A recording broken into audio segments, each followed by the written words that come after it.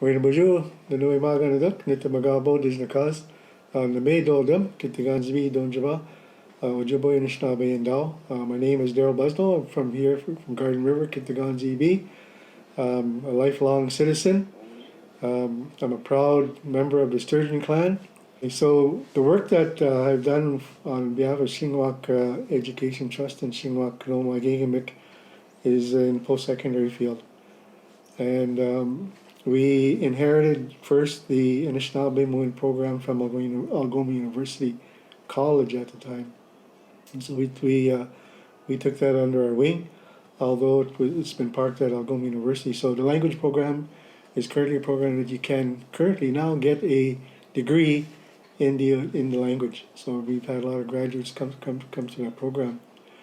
But the new one that Shingwak has been pursuing, and is really it's at the threshold of being passed, is the Anishinaabe Studies. And the Anishinaabe Studies class is going to be a 3-year degree program, and you'll be able to get a degree in that as well. So essentially, that's just waiting for the minister to sign off. But we've been teaching it for probably 8 years now.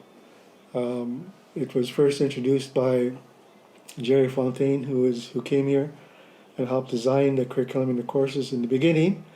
And then when he left to pursue his doctorate degree, Dr. Bod Wayward and Eddie Benton Benet came in and taught for 8 years. And then after Bod Wayward retired, Jerry came back with his doctorate degree, and now he's teaching the class. So this is his first year back here teaching. So the circle of life goes on and on. So we're happy that we have the Anishinaabe Studies classes. And we've really seen its growth, and we've really seen the success. But more importantly, what we've seen is that it's been able to build pride and confidence in students, and not just Anishinaabe students, but all students have come into our classes. So it's really a centerpiece of what's happening at Algoma University in collaboration with Shingwak, and we're really proud of the work that we've done. For a student, I think it's a foundational piece in terms of identity. Interestingly, is that where this course, these classes are now being taught, is on the site of a former residential school, Shingwak Hall Residential School. And so we know clearly the legacy of residential schools. It was, as many people quote, its purpose was to take the Indian from the child. And Shingwak Residential School was never consistent with Chief Shingwak's vision. And Chief Shingwak's vision was to learn a new way of life, but also maintain what it is that belonged to us. And that was our sacred teachings, our language, and our traditions, and everything that the Creator had given us in the beginning. So for students, it's really an opportunity for them to identify who they are. For sure, importantly for Anishinaabe students, because there's been a gap there for such a long time for young people to know who they are. And probably one of the only other ways that our young people are able to find this is in the Medewan Lodge. So the type of knowledge and the type of teachings and the methods of teaching that was brought to our classes has enabled students to learn who they are, and from the worldview of the Anishinaabe. And so I think that's important. And so it's also opened doors for students from other countries and new Canadians and younger Canadians, because it also offers them to discover who they are as well. So I think really that's what it is, the foundational piece. But for sure in the academic sense, it's about finding a place, a legitimate place and a real place for our worldview to be taught and to be validated by the academic world. So I think that's important as well. I think that was the whole idea of Shingwak Education Trust and Shingwak Kanoma Gigamik, is to create the center of excellence to come and learn, right? And really, I think what exemplified that is that when we constructed the teaching lodge on site, right? So people really got it then, right? It's not just what they're learning in a class, but what the Spirit is bringing as well. And so the lodge and the teachings of the construction of the teaching lodge really brought out people's minds and and their hearts and their spirits together to say that, this is it, that what we want to do.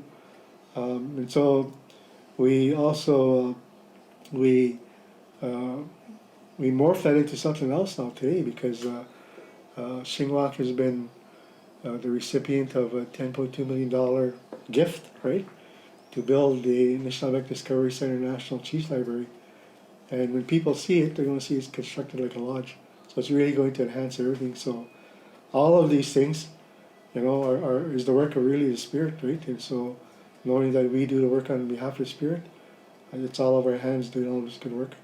In the beginning, it's a very young time of when it was Native studies, right, that we first introduced for Algoma University. We had maybe about 10. That was pretty much the threshold, right? Is you needed 10 to have a sustainable class. And then it slowly grew, the next year I think maybe at 12 or 15, but it was pretty consistent at that level. And then there was this boom occurred all of a sudden, right? And our classes grew from 10 to 15, and we were up to like 60, 80 people. And so we couldn't manage that many, right? And so the university told us we had to cap it. And Dr. Boissoneau didn't want to have any student not to participate in the class. So we had to think about it. What is it that we're going to do? And so Eddie had the idea. So he started moving students around. So first year went to second year went to first year, so that students would not miss out on the opportunity to learn, right? So maybe what they learned in the second year, they'd have to come back in the first year. In the first year, then they'd move into the second year. And that just gives to the idea that that our professor had for the love of his students, and his kindness and his generosity to want to teach the knowledge to his students, right? So nobody missed out. So there was an incredible growth in our class, in our student enrollment. Remarkably, the biggest growth came from international students. The Saudi population just overloaded our classes. And I often wondered why is it, why is it these Saudi students so interested in our classes? And this was the experience, because one might have been in our class, and literally, and I say this all the time, is that they were actually bumping into each other and tripping over one another coming over to Shingwak to enroll, because they wanted to be in our class. And so, we thought about it, why was there such high interest? Because people always classified Anishinaabe studies as what was known as bird classes, right? Easy to learn, go in there, it's an easy credit, whatever, but you have to do a lot of critical thinking. I think it was the whole idea that we had something in common. We're a tribal people, they're tribal people, right? We're colonized, they're colonized. They have clan systems, we have clan systems, right? So there was a really nice connection and sharing, sharing about food and sitting around and just enjoying each other's company. So yeah, we've had tremendous growth, and so it again, it's evidence that what it is that we're teaching is important to not only to the academic world, but to Canadians in general. So from an Anishinaabe perspective, there are many ways of looking at it, right? Because education for us comes in many forms. The idea that it takes a community to raise a child, right? That's education. The idea that it's not just a responsibility of mom and dad to raise a child, but grandma and grandpa, aunts and uncles, and everybody in the extended family raises the children in their family. So it's the same concept, right, of how we look at education. And we look at it in the context of classroom. And really, I've got to give credit to Dr. Jerry Fontaine in this respect, because it was his idea to approach the students and ask them, what is it that you'd like to learn, right? What is it that you'd like to see in the curriculum? What is it that we need to build within the syllabus that would help you have a better understanding? So the ideas really come from the students, and that's how we built the curriculum, not from the top down and said impose, how the structure is going to be and how it's going to be taught, but rather in a more friendly way for the students to be part of it and participate, to say this is what we want to learn or we want to learn more about. And so that's I think how education is. And so it's not just the academic piece, because there's much more. It's a holistic way of looking at teaching and moving away from from one instructor really dictating of how the classes are going to be. And part of it is going on the land as well, being part of the land and understanding what it is that Mother Earth has to offer, because there are many teachings out there as well that relate to mainstream education as well.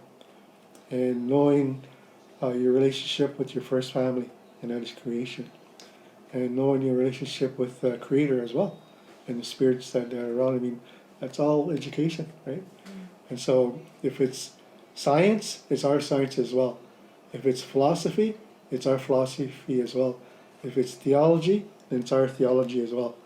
And so that's where we are today. And so I think it's going to be critical and really, really important for our young people who are coming up through the system now to carry that message forward. That we don't have to sit back and wait for other people to determine our future, that we can do that ourselves, right? And we can do it through quality education and cultural-based education. Our vision, because we are of the nation, right, is to really fill that gap where our worldview is not included, and to showcase our teachings, like I was mentioning earlier. So what is our philosophy of the world, right? We can learn about Aristotle, and other great thinkers, but we have great thinkers as well, right? Our creation story, for example, right, came from great thinkers. The whole structure and governance of our own traditional governments are an important part of who we are. Our ceremonies are an important part of who we are. In fact, research is ceremony if we think of it that way, right? The teachings and the knowledge that's come from our different lodges are important for each and every one of us, because from birth to death, that's our lifelong journey of learning. And so we need to incorporate all of that idea into cultural-based education within the academic sense. And knowing that our philosophy and theology is just as important as mainstream philosophy and theology. And I really like what Dr. Eddie Benton Benet has always described this, right? That the road to knowledge is eternal, right? And while the road to knowledge is eternal, that our belief is as well as that all creation stories are true. So, meaning that mainstream thoughts and thought process, ours is just as important as well. So I think there are many things right now that are happening that we need to look in terms of the future, right? To help us really strengthen the vision of what it is that we're doing. We've now become a global family, and we've become a global family because of technology, right? All we have to do is hit a button. We can go be anywhere in the world, communicating with anybody at any particular time. And so we need to start thinking that big of how we're relating to the world, and how we want to get our message to the world. Because things are changing very rapidly. I think we need to pay particular focus now on our sacred Mother, the Earth. There's so much things happening upon her. The environment is changing quickly. Climate change is changing very quickly, and it's having an impact, right? And maybe we might not be noticing it daily, but it is happening, right? And my fear is that we don't pay attention to it, and it's going to affect us, right? It's going to affect us in terms of our health. It's going to affect us in terms of our physical way of doing things. But I think more significantly, it's going to change the spirit of who we are. And we've been down that road before, right? With colonization and assimilation and paternalism. And so we know those kind of impacts, right? And so we're still suffering those effects today. But what we don't know is what's happening with the environment. So if there, for example, if there's species at risk that we become connected with, or if the land is no longer there and healthy, what's going to happen to us? That's our future, right? Us. And so we need to have a vision, even much further than 7 generations. We got to think 100, 150 years down the road. Where are we going to be today? And so if we can have those type of subjects, design and development, teaching in our schools to prepare us, have that information and data and evidence, so that we can deal with those problems now and to help mitigate those kind of issues into the future.